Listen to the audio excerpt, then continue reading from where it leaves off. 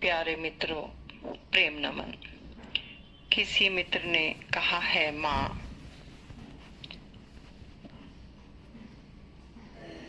ओशो के शिविर चल रहे हैं और हम आपको भी बड़े प्रेम से सुनते हैं। आपका लाइव सत्संग अटेंड करते हैं। जब आपके साथ रहते हैं तो बड़ी शांति, अंतर एक ठहराव महसूस करते हैं जिसमें बहुत आनंद है।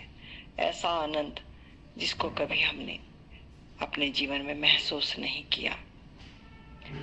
लेकिन शिविर से आने के बाद हम फिर उसी वातावरण में आकर हमारे भीतर हलचल पैदा हो जाती है, शिकायत आ जाती है, शिकायतों से भर जाते हैं। हम क्या करें? मन दो जगह दौड़ाता है। आपके लाइव सत्संग में ठहरने का मन करता है, लेकिन बहुत दिनों से ओशो से जुड़े हुए हैं, वहां भी टूटने का और छोड़ने का मन नहीं करता। लेकिन ज्यादा शांति आपके पास बैठने से आती है। मेरे प्यारे मित्र, ओशो और मैं जुदा कहाँ हैं? बस ये दृष्टि का भेद है। तुमने जान लिया, खेल खत्म हो गया।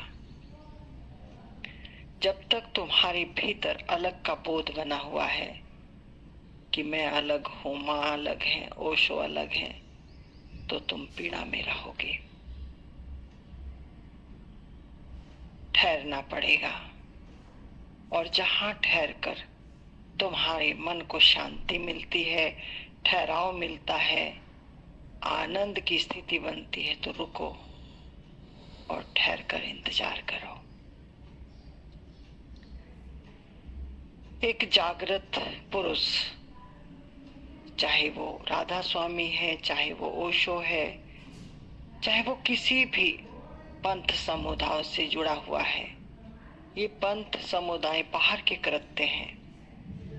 लेकिन यदि इंटरकनेक्टिविटी एक हो गई, हम उस समग्र विधाता जो सृष्टि का रचयिता है उससे जुड़ गए, तो फिर कोई भिन्नता नहीं है।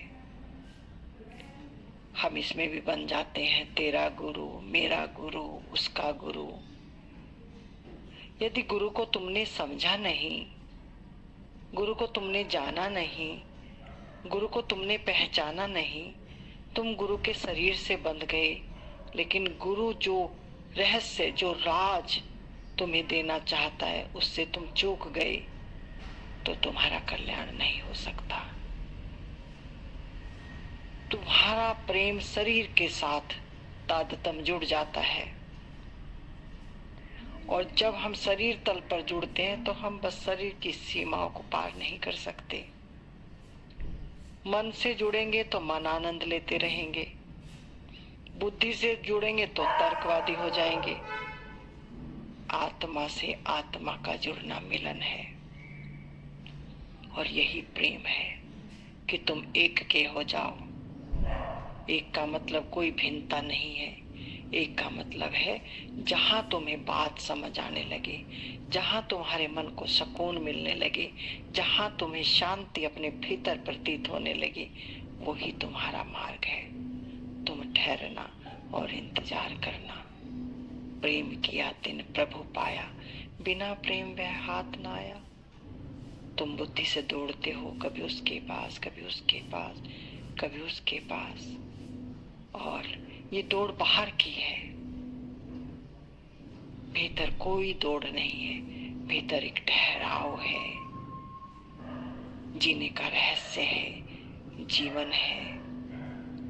स्वयं को जानकर ही उसको जाना जा सकता है, और जब तक दौड़ रहेगी तब तक तुम ठहर नहीं सकते। ठहरना जीवन है, दौड़ना मौत है। भागते भागते थकोगे और एक दिन मृत्यु आएगी, सब छीन लेगी। मुझे पूरी आशा है आप मेरी बात को समझ गए होंगे।